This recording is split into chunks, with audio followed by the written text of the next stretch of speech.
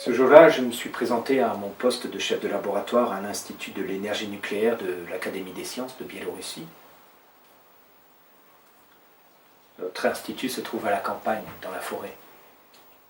Et le temps était merveilleux. Le printemps. L'air était pur et frais. Je me suis étonné de voir que les mésanges que j'avais apprivoisés pendant l'hiver en accrochant des morceaux de saucisson à une lucarne n'étaient pas là. Avait-elle trouvé une meilleure nourriture ailleurs? À mon arrivée, un vent de panique régnait autour de notre réacteur à nous. Les dosimètres montraient une aggravation de l'activité. Sur les filtres à air, elle avait augmenté de plus de 200 fois. La dose à l'entrée des bâtiments était de près de 3 milliröntgens, c'était très grave. Cela représente la limite admise dans des locaux soumis à l'irradiation pour une durée de travail ne dépassant pas 6 heures. Une première idée nous est venue. L'enveloppe de l'un des éléments calorifères avait perdu son étanchéité dans la zone active, alors nous avons vérifié. Tout était normal. Il était également possible qu'un conteneur eût été endommagé pendant un transport au laboratoire radiochimique, mais dans ce cas, allez donc nettoyer l'asphalte. De plus, on annonçait par les haut-parleurs intérieurs qu'il ne fallait pas quitter les bâtiments. La cour s'est vidée aussitôt, plus personne. C'était effrayant, inhabituel. Les dosimétristes ont contrôlé mon bureau, ma table, mes vêtements, les murs, tout luisait. Je me suis levé, je n'avais pas envie de rester assis sur une chaise. Y avait-il eu un accident à l'institut? Une fuite? Et comment tout désactiver? Un vrai casse-tête. J'ai toujours été tellement fier de notre réacteur, j'en connaissais chaque millimètre. Nous avons téléphoné à la centrale d'Ignalina, en Lituanie, non loin de chez nous. Chez eux, c'est aussi la panique. Nous avons également appelé Tchernobyl, mais là, personne ne répondait. Vers midi, les choses se sont précisées. Un nuage radioactif couvrait tout Minsk. Nous avons pu déterminer qu'il s'agissait d'iode, un accident dans un réacteur.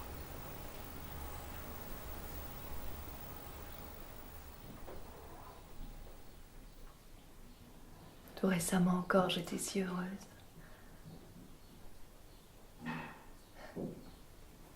Pourquoi? J'ai oublié. C'est resté dans une autre vie.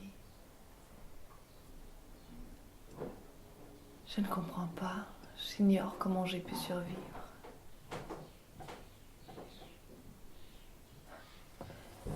Je l'ai voulu et voilà, je ris, je pars. J'étais tellement angoissée, comme paralysée.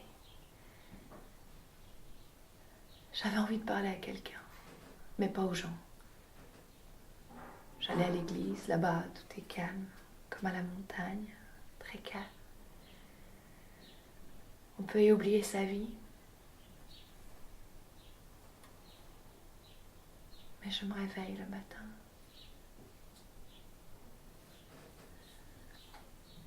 J'étends la main et je tâte.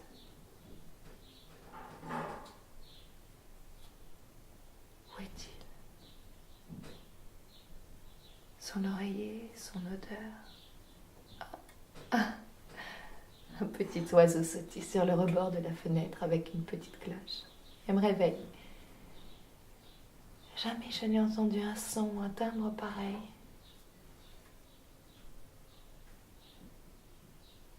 Où est-il?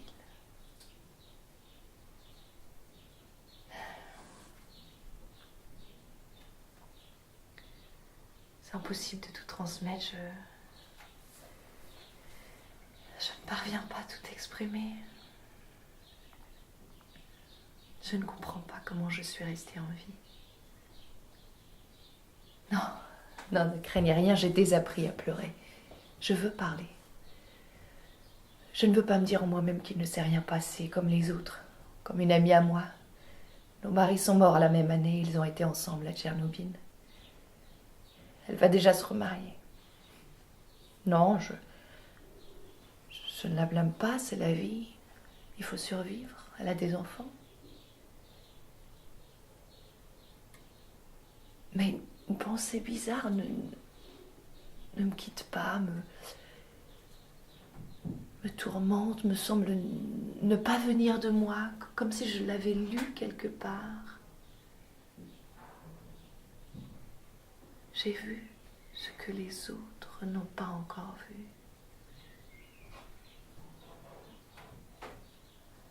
Quelque chose d'horrible s'est ouvert devant nous avant les autres.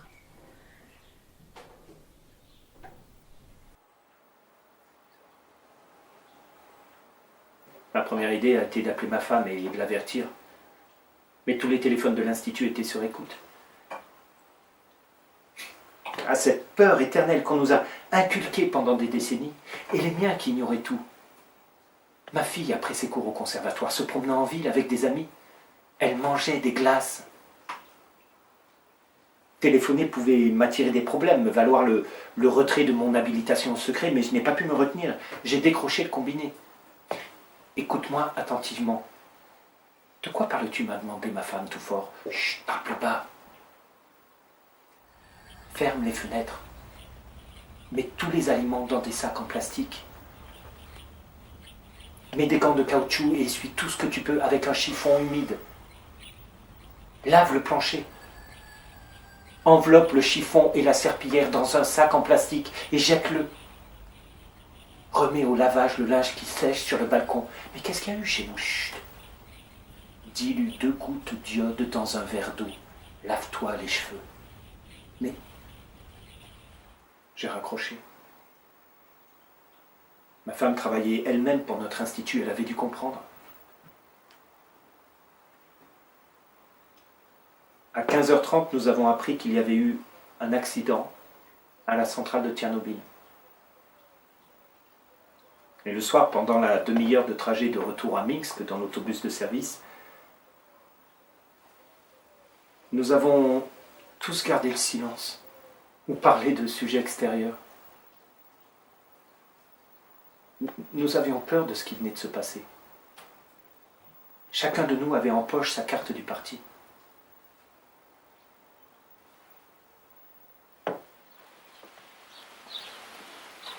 Bah, c'était comme s'ils nous collaient au mur avec leurs paroles.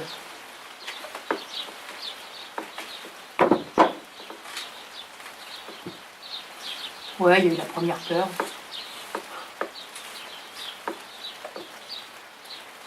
Il y a eu la première peur. Dans le jardin et le potager, on a trouvé des taupes étouffées qui les a étranglées. D'habitude, elles ne sortent pas à la lumière du jour. Je les avais chassées.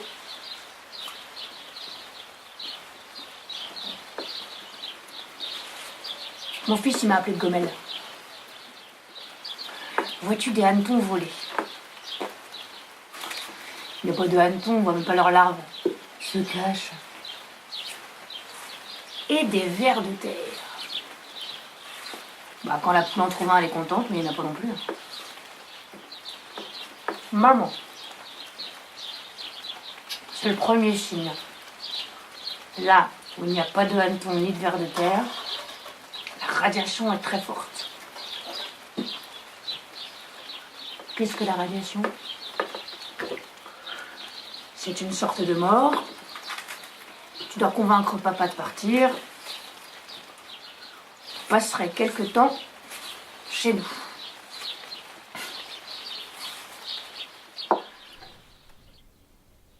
Il est parti à Tchernobyl le jour de mon anniversaire. Les invités étaient encore à table, il s'est excusé, m'a embrassé. Il était monteur. Il partait en mission dans toute l'Union soviétique et moi je l'attendais. Ça a été ainsi pendant des années. Nous vivions comme des amoureux. Nous nous séparions et nous nous retrouvions. Mais cette fois, nos mères, la mienne et la sienne, avaient peur. Mais pas lui, ni moi. Je me demande maintenant pourquoi. Nous savions pourtant où il allait. Nous aurions pu emprunter le manuel de physique de terminale du fils du voisin. Il est parti sans chapeau. Aux autres, les cheveux sont tombés en un an. Mais sa crinière est devenue encore plus épaisse. Son équipe comptait 7 personnes. Aucun n'est plus de ce monde. Ils étaient jeunes. Ils sont morts les uns après les autres. Le premier 3 ans après, nous nous sommes dit que c'était peut-être le hasard. Puis le deuxième, le troisième, le quatrième. Finalement, ils attendaient leur tour. Voilà comment ils vivaient. Mon mari est mort le dernier. Il débranchait l'électricité dans les villages évacués, grimpait sur les poteaux, dans les rues mortes, toujours en haut. Il était grand, presque 2 mètres, 90 kilos. Qu'est-ce qui pouvait abattre un tel homme? Pendant longtemps, nous n'avons pas eu peur.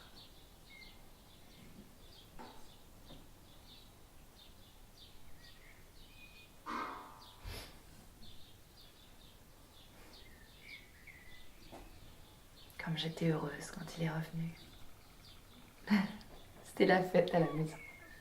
C'était toujours la fête quand il revenait. J'ai une chemise de nuit, très longue, très belle. Je la mettais. J'aimais la belle lingerie. Tout mon linge est joli, mais cette chemise en particulier.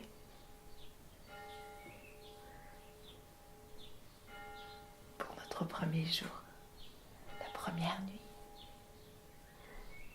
je connaissais son corps par cœur. Je le couvrais de baisers partout.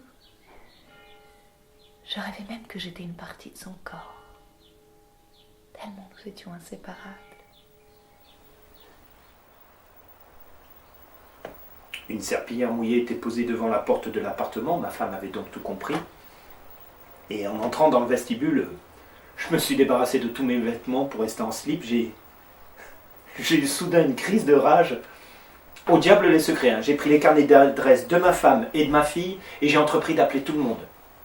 Moi, chef de laboratoire de l'Institut de l'énergie nucléaire, je vous annonce qu'un nuage radioactif traverse notre ville. Et j'énumère les mesures à prendre. Fermer les fenêtres et les lucarnes, se laver les cheveux, relaver le linge qui sèche dehors, boire de l'iode. J'expliquais aussi comment le boire de manière correcte. Les gens me remerciaient poliment sans me poser de questions supplémentaires. Je pense qu'ils ne me croyaient pas, ou qu'ils étaient incapables de comprendre le caractère terrible de l'événement. Ce manque de réaction me surprit grandement.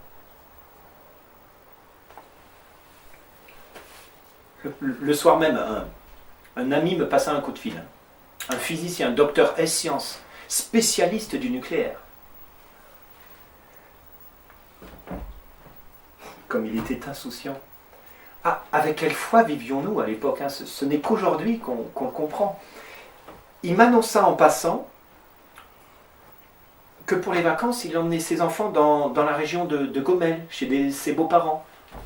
À un jet de pierre de Tchernobyl. Ah non, mais je me mis à hurler. Bravo pour le professionnalisme et pour la foi. Mais tu es fou allié. Je hurlais. Il se souvient peut-être pas que j'ai sauvé ses enfants. Quand il est revenu, il avait les ganglions lymphatiques un peu gonflés. Je les ai sentis sur son cou avec mes lèvres. Ils étaient petits, mais bon, je lui ai demandé, veux-tu qu'on aille voir un médecin? Il m'a rassuré. Ça va passer. Comment c'était là-bas? Travail ordinaire. Ni bravade, ni panique. La seule chose que j'ai réussi à lui extirper, là-bas, c'est le même système qu'ici.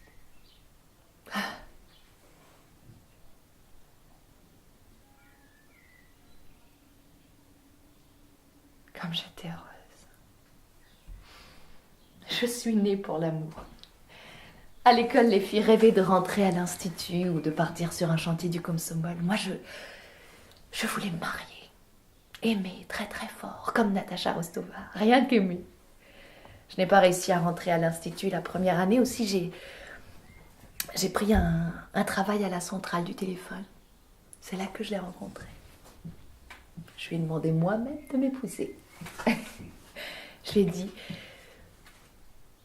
épouse-moi, je t'aime tant. J'étais follement amoureuse. Un si beau gars, moi, je planais. Alors je lui ai dit, épouse-moi.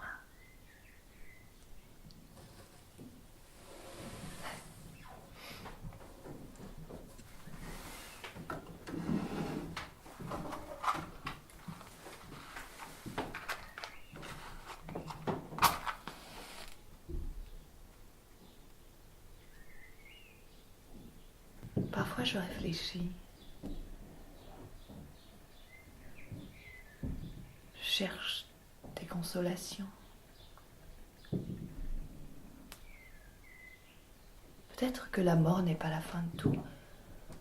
Peut-être qu'il a simplement changé de monde et vit ailleurs.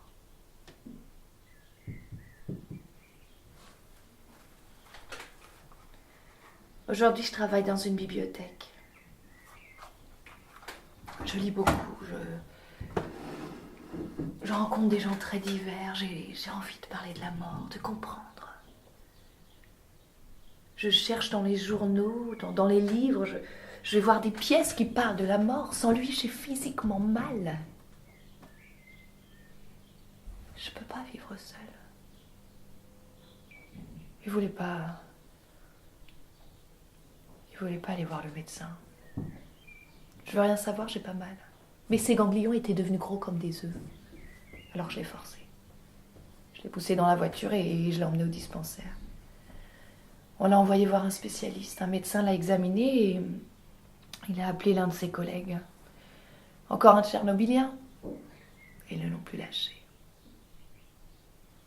Une semaine plus tard, on l'a opéré. On lui a entièrement retiré la thyroïde et le larynx qu'on a remplacé par des tuyaux.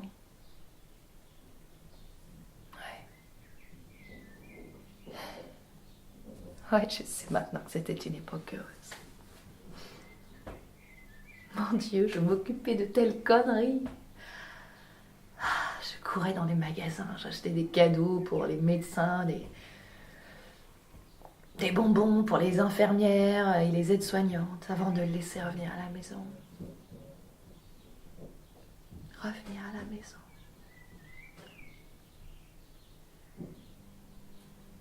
On m'a remis une seringue spéciale et on m'a montré comment m'en servir pour le nourrir. J'ai tout appris. Je cuisinais 4 fois par jour, des produits frais, très frais.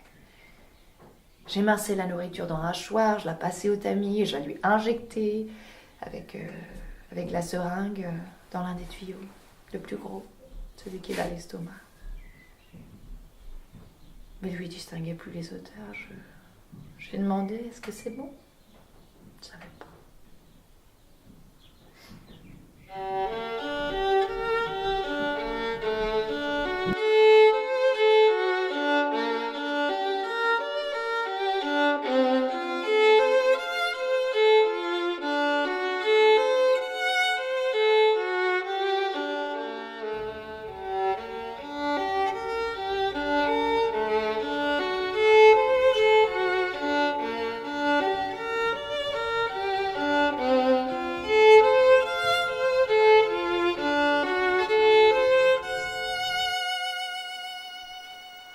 Nous, je parle de nous tous, nous n'avons pas oublié Tchernobyl.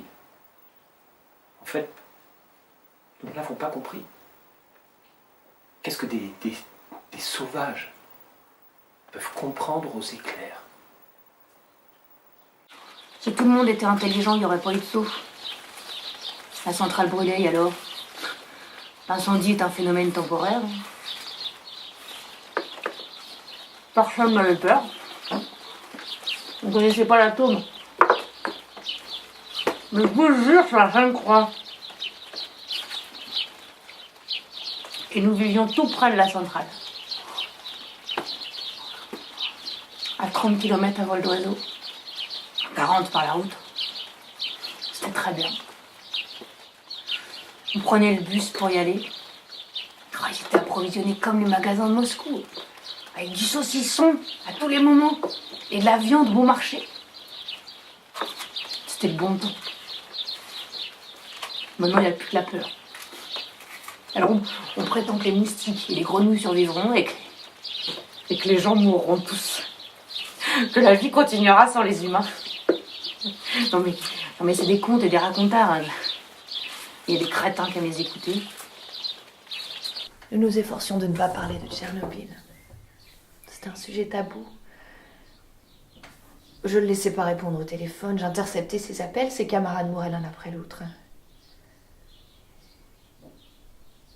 Un sujet tabou.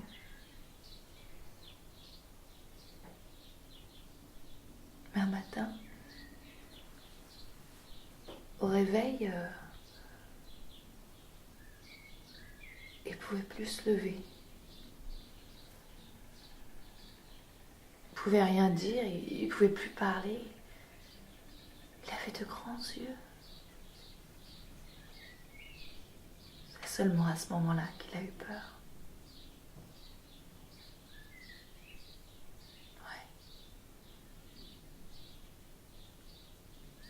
Il nous restait une année. Pendant toute cette année, il a agonisé. Chaque jour s'en était empiré. Et il savait que ses camarades mouraient, ce fardeau aussi pesait sur nous. Mais ce qui était encore plus intolérable, c'était l'ignorance. On dit Tchernobyl, on écrit Tchernobyl, mais personne ne sait ce que c'est. Nous sommes parmi les premiers à avoir entreaperçu quelque chose d'horrible.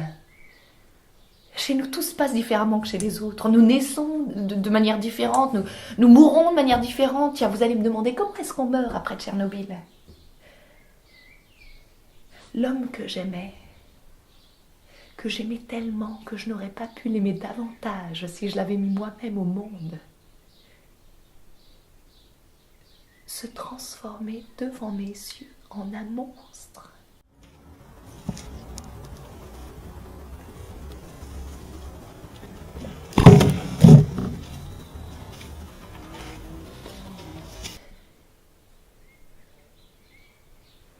On lui a enlevé les ganglions lymphatiques. Mais sans eux, la circulation sanguine s'est déréglée. Et son nez a bougé sur le côté pour devenir 3 fois plus gros qu'avant. Ses yeux aussi sont devenus différents. Ils se sont écartés et une lumière inconnue y est apparue. Comme si ce n'était pas lui, mais quelqu'un d'autre qui regardait avec ses yeux. Et puis l'un d'eux s'est complètement fermé. Et moi, j'avais peur qu'il se voie dans cet état. Je voulais pas qu'il garde le souvenir d'une telle image de lui-même. Mais il s'est mis à me dire avec ses mains qu'il voulait un miroir. Alors moi, je faisais mine de ne pas comprendre, d'oublier, j'inventais des subterfuges. J'ai réussi à repousser le moment fatidique pendant 2 jours. Le 3e jour, il a écrit dans le cahier en gros caractères avec 3 points d'exclamation « Donne le miroir !» Pour communiquer, nous avions recours à un cahier, un stylo, crayon. Je lui ai apporté le miroir, le plus petit que j'avais. Il s'est regardé, il a pris sa tête entre ses mains et il a commencé à se balancer sur le lit. Et moi, je me suis lancée vers lui pour le consoler. Dès que tu iras mieux, nous installerons dans un village désert, nous achèterons une maison, nous vivrons loin Enfin, si tu ne veux pas vivre au milieu de la ville, là où il y a beaucoup de monde, nous vivrons seuls. Je ne lui mentais pas, je serais allée n'importe où avec lui. Peu m'importe comment il serait, je voulais simplement être avec lui. Je ne lui mentais pas.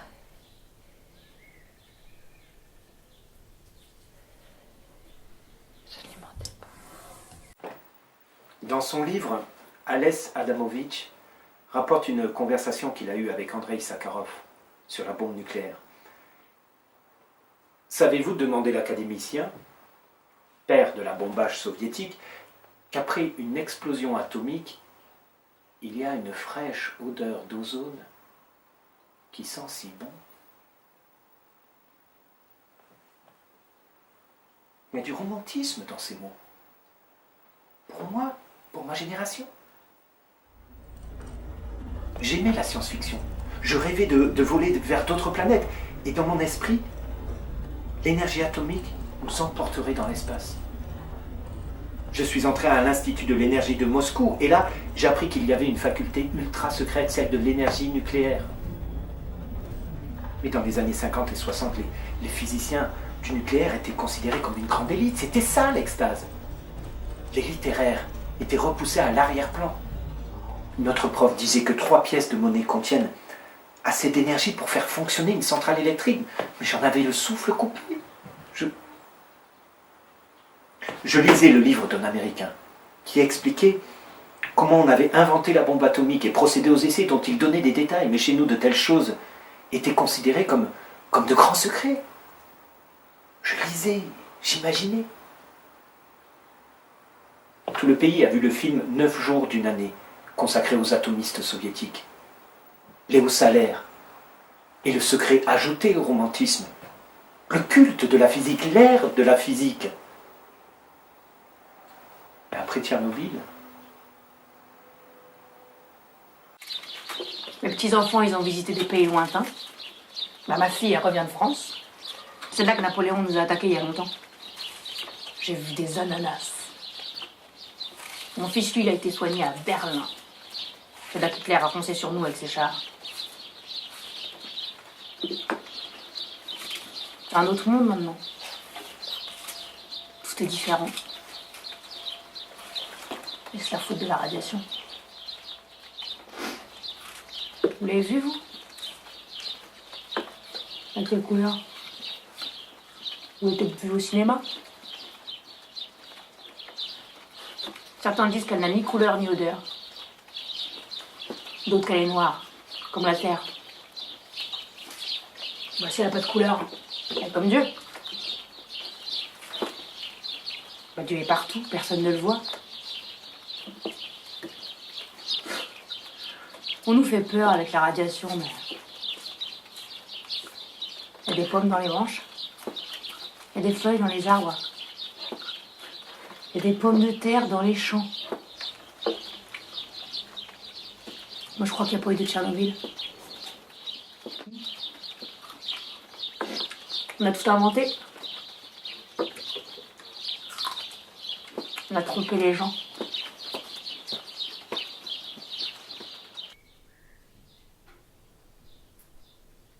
J'avais 16 ans quand je l'ai rencontré.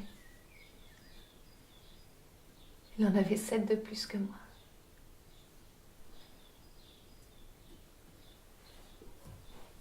Le jour de mon anniversaire, c'est drôle, les choses les plus importantes m'arrivent ce jour-là. Nous sommes allés chez lui, il s'est changé et nous avons décidé de fêter mon anniversaire au restaurant. Bon, hélas, nous n'avons pas pu avoir de table. C'était déjà le soir, toutes les places étaient prises et puis bon, on ne savait pas graisser la pâte du portier. Dans ce cas, s'est-il enflammé, achetons du champagne et des gâteaux et allons au parc. Nous ferons la fête là-bas. Il était comme ça, sous les étoiles, sous le ciel. Nous sommes restés sur un banc du parc Gorky jusqu'au petit matin. Jamais je n'ai eu un tel anniversaire. C'est à ce moment-là que je lui ai dit, épouse-moi, je t'aime tant. Il a ri. Tu es encore petite, hein? Mais le lendemain, nous déposions notre demande au bureau de l'état civil.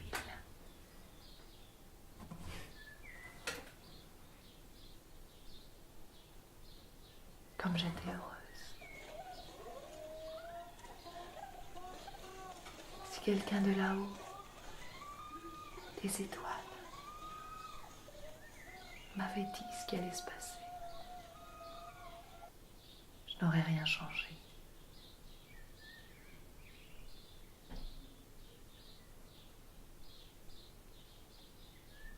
Mais peut-on parler de tout cela ?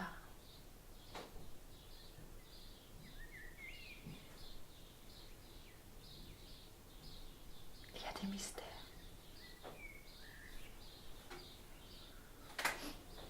À ce jour, je ne comprends pas certaines choses.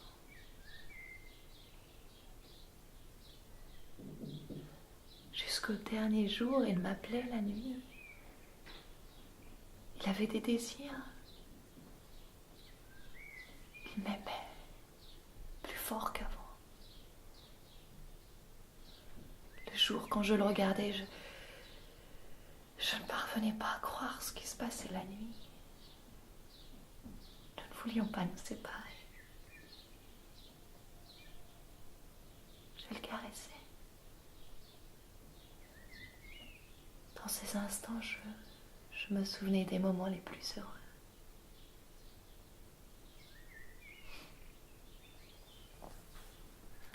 Son menton avait disparu, le cou aussi. Sa langue pendait, les vaisseaux éclataient et il avait des saignements. J'apportais de l'eau froide, je faisais des compresses, rien n'y faisait, c'était horrible.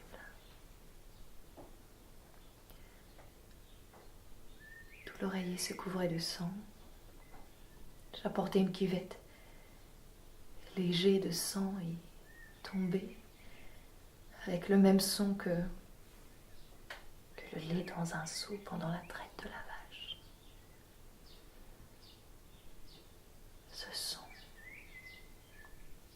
si calme, si campagnard, je l'entends encore la nuit.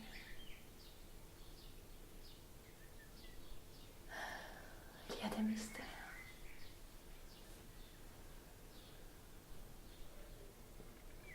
Je me tenais assise près de lui. Il dormait. Il avait de si beaux cheveux.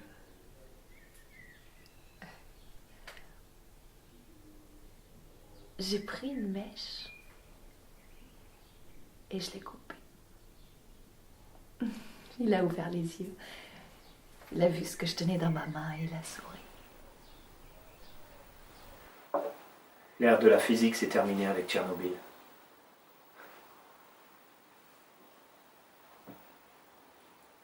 Vous avez un autre regard sur le monde.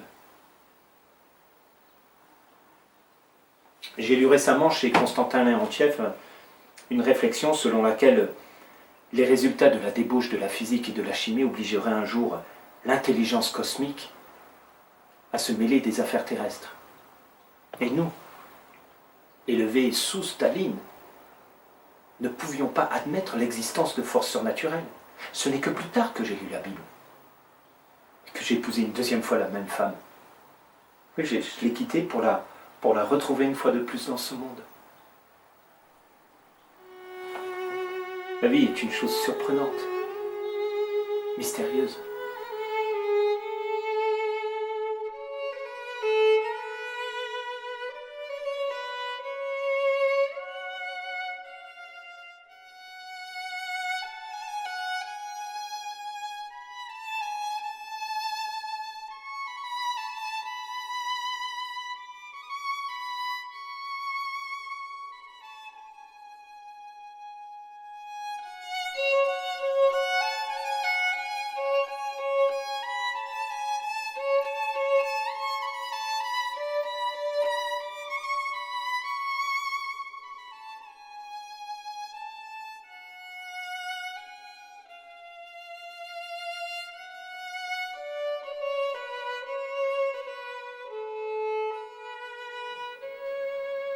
L'explosion d'un grand nombre d'armes atomiques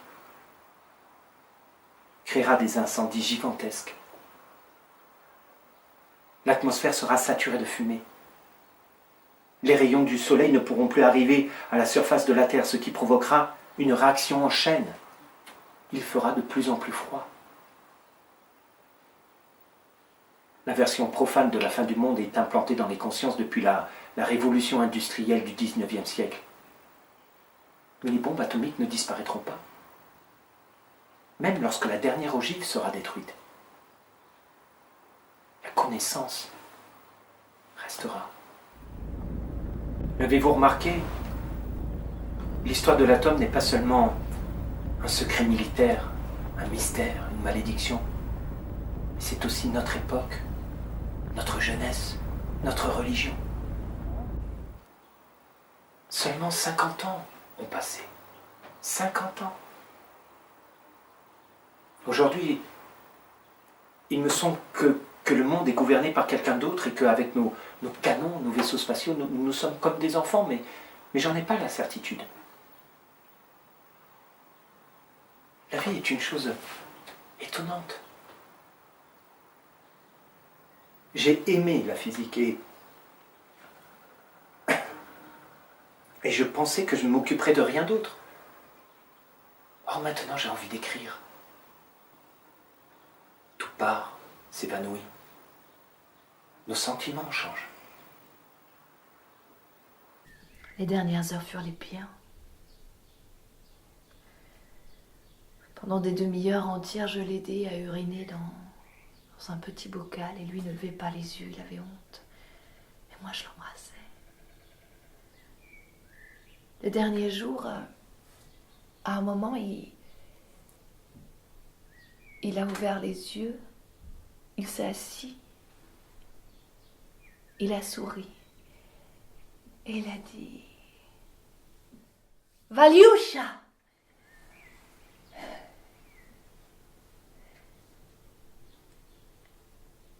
Il est mort seul.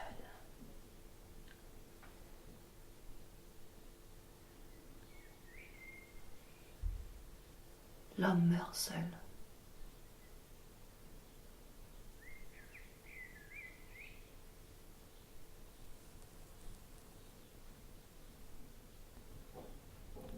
Lorsqu'on l'a enterré, j'ai recouvert son visage avec 2 mouchoirs. Si quelqu'un voulait le voir, je le montrais. Une femme s'est évanouie. Elle était naguère amoureuse de lui, j'étais jalouse d'elle.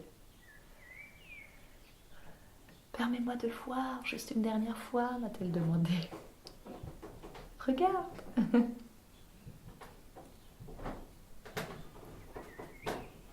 Quand il est mort, personne n'osait s'approcher de lui. Selon nos coutumes slaves, les membres de la famille n'ont pas le droit de laver et d'habiller le défunt. On a fait venir 2 employés de la morgue. Ils ont demandé de la vodka. Ah, nous avons vu de tout. Mais une chose pareille, alors là, c'est bien la première fois. Les Tchernobyliens meurent de la façon la plus horrible. Quand il est mort, il était très chaud, on ne pouvait pas le toucher. Il était 7h du matin. J'ai arrêté l'horloge de la maison. Elle est restée comme ça jusqu'à ce jour. Impossible de la remonter. On a fait venir un horloger et il a eu un geste dépité. Ting. Ce n'est ni mécanique, ni physique. C'est métaphysique.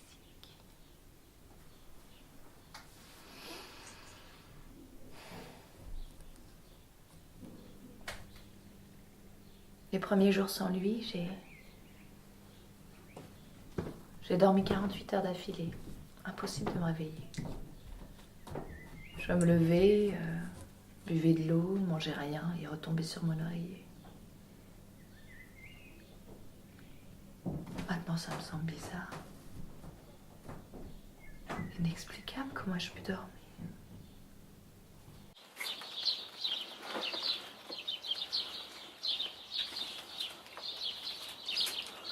Ma soeur et son mari sont partis pas très loin d'ici, à 20 km. Ils sont restés 2 mois. Il y a une voisine qui est venue les voir. Votre vache a contaminé la mienne avec la radiation. Ah ouais? Bah comment ça? Ah bah, la radiation est volante. Comme la poussière. Non mais c'est vraiment des contes et des raconteurs. Après, c'est vrai qu'il y a des morts dans chaque maison. Qu'est-ce que je peux vous raconter d'autre? Bien vivre. Hein.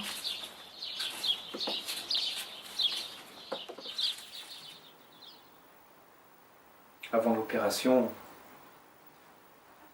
je savais déjà que j'avais un cancer. Je pensais qu'il ne me restait que quelques jours à vivre et j'avais pas envie de mourir. Je remarque soudain chaque feuille, la couleur vive des fleurs, le ciel brillant, l'asphalte d'un gris éclatant. Et dans ces fissures, les fourmis qui s'affairent. Et je pense, non, il faut les contourner. Pourquoi faudrait-il qu'elles meurent?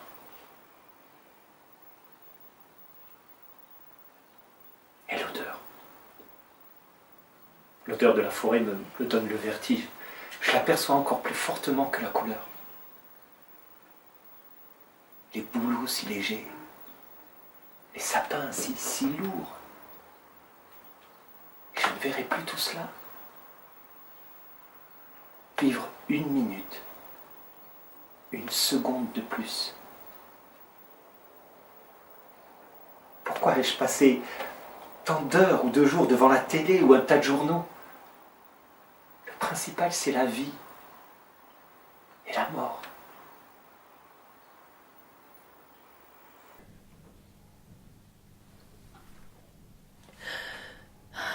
Je ne vous ai pas tout raconté.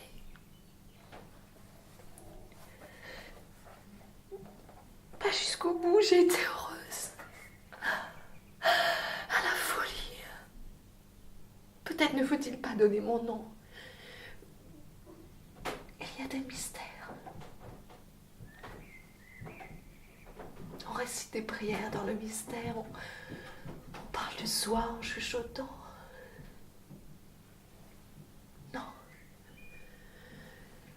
Non, donnez mon nom. Nommez-moi devant Dieu. Je veux comprendre.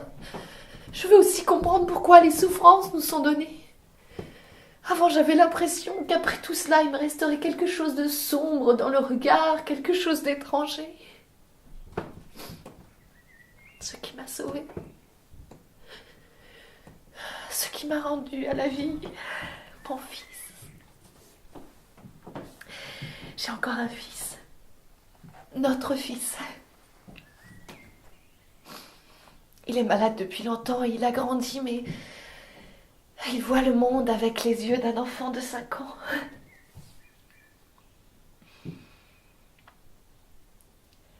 Je rêve d'échanger mon appartement pour aller vivre près de lui, près de Novinky. C'est là-bas qu'il se trouve, dans un hôpital psychiatrique. Tel est le verdict des médecins. Pour survivre, il doit rester là-bas. Je vais le voir tous les week-ends. Il m'accueille en me disant « Où est papa Micha? Quand est-ce qu'il va venir ?»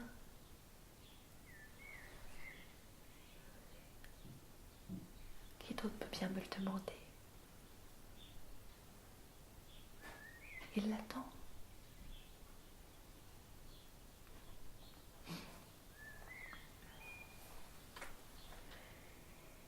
Alors nous l'attendrons ensemble. Je réciterai ma supplication pour Tchernobyl. Et lui, il regardera le monde avec des yeux d'enfant.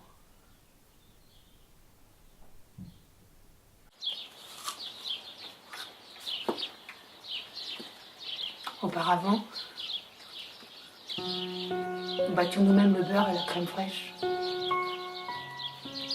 Nous faisions notre propre fromage blanc. Notre propre fromage. On cuisinait des pâtes au lait. Est-ce qu'on mange de cela en ville? On verse de l'eau dans la farine et puis on mélange. Ça donne des morceaux de pâte. On les jette dans l'eau bouillante. On les fait cuire et puis on ajoute du lait. Ma mère me montrait comment faire et elle ajoutait les enfants. Je vais vous l'apprendre de la même manière que ma mère me l'a appris. On buvait du jus de bouleau et d'érable. On cuisinait les haricots verts dans des marmites au four, à la vapeur. On faisait du coulis de canneberge.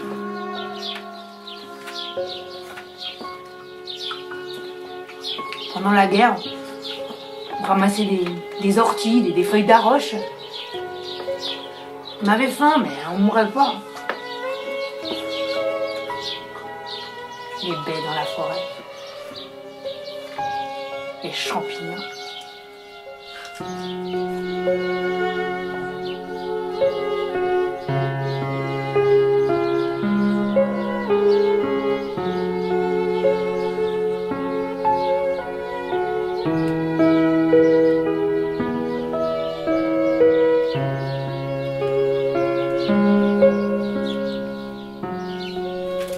On ne peut plus boire de lait, ni cuisiner les haricots. On nous interdit de cueillir les champignons et les baies. On doit faire tremper la viande dans l'eau pendant 3 heures et changer 2 fois l'eau des pommes de terre pendant la cuisson. On nous dit même que l'eau est contaminée. On peut pas vivre sans eau. Dans chaque homme, il y a de l'eau, même dans les pierres, il y a de l'eau. Toute la vie provient d'elle. L'eau est éternelle. Donc comment combattre Dieu?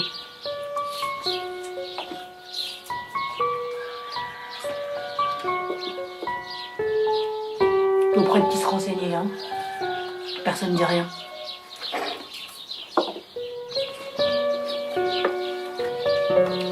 Quant à Dieu, on lui fait des prières. Alors, on lui demande rien.